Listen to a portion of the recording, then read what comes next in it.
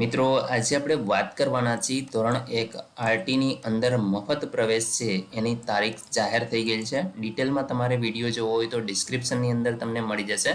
આજે આપણે વાત કરવાના છીએ સેલ્ફ ડિક્લેરેશન ફોર્મ છે એ તમે કઈ રીતે ભરી શકો જાતે જ અને તમારે સ્કેન કરી ફરી પાછું અપલોડ કરવાનું રહેશે।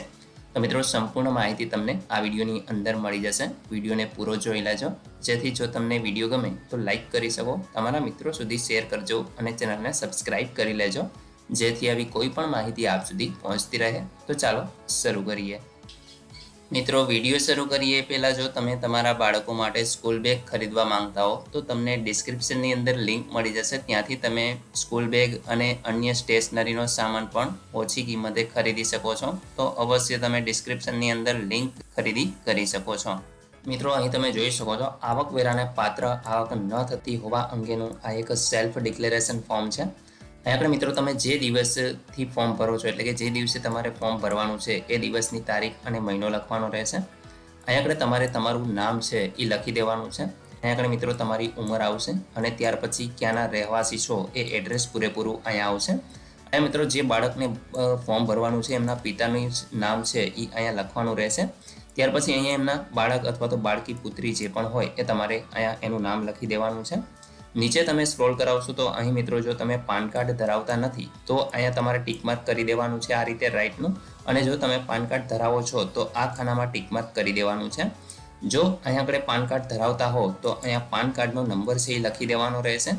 ત્યાર પછી મિત્રો તમારા કુટુંબની જે વાર્ષિક આવક છે જેમાં તમારી એટલે કે જે પિતા છે એમની આવક અહીંયા દર્શાવવાની રહેશે। ત્યાર પછી એમના પત્નીની આવક આ ખાનાની અંદર દર્શાવવાની છે અને ઘરના કોઈ અન્ય સભ્યની આવક હોય તો આ ત્રીજા સી ખાનામાં દર્શાવવાની રહેશે।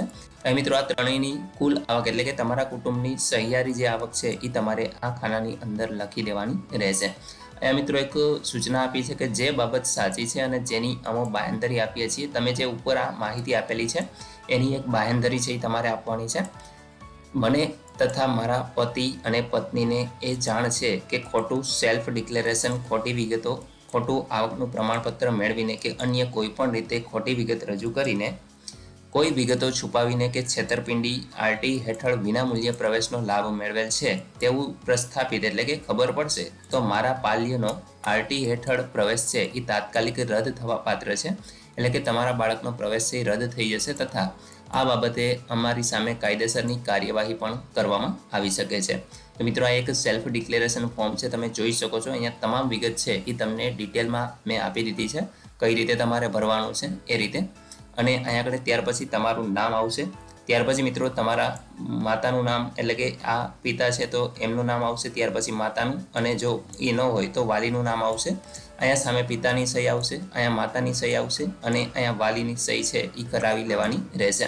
મિત્રો આ બે ન હોય તો જ તમારે વાલીની સહી કરાવવાની રહેશે, બાકી માતા પિતાની સહી જ તમારે કરાવવાની રહેશે। તો મિત્રો આટલી વિગત છે અવશ્ય તમારે ભરી દેવાની છે સેલ્ફ ડિક્લેરેશન ફોર્મમાં, અને ત્યાર પછી તમારે સ્કેન કરી અને ફરી પાછું અપલોડ કરી દેવાનું રહેશે। ને આ પીડીએફ મિત્રો તમને આપણી ટેલિગ્રામ ચેનલ ઉપર મળી જશે। ટેલિગ્રામની લિંક હું તમને ડિસ્ક્રિપ્શનમાં આપી દઉં છું, ત્યાં તમે જોઈન થઈ જજો અને આ સેલ્ફ ડિક્લેરેશન ફોર્મ છે એ હું ત્યાં અપલોડ કરી દઈશ તો ત્યાંથી તમે ડાઉનલોડ કરી લેજો। બાકી મિત્રો આરટીની જે ઓફિશિયલ વેબસાઇટ છે એના ઉપર પણ અવેલેબલ છે, ત્યાંથી પણ તમે ડાઉનલોડ કરી શકો છો। તો મિત્રો આશા રાખું છું કે આ વિડીયોની અંદર તમને સેલ્ફ ડિક્લેરેશન ફોર્મની તમામ માહિતી મળી ગઈ છે। તેમ છતાં પણ કોઈ પ્રશ્ન હોય તો કોમેન્ટ દ્વારા પૂછી શકો છો। વિડીયોને લાઇક કરજો, તમારા મિત્રો સુધી શેર કરજો અને ચેનલને સબસ્ક્રાઇબ કરી લેજો જેથી આવી કોઈ પણ માહિતી આપ સુધી પહોંચતી રહે। વિડીયો જોવા બદલ આપનો ખૂબ ખૂબ આભાર। મળીએ એક નવા વિડીયો સાથે, ત્યાં સુધી જય હિન્દ।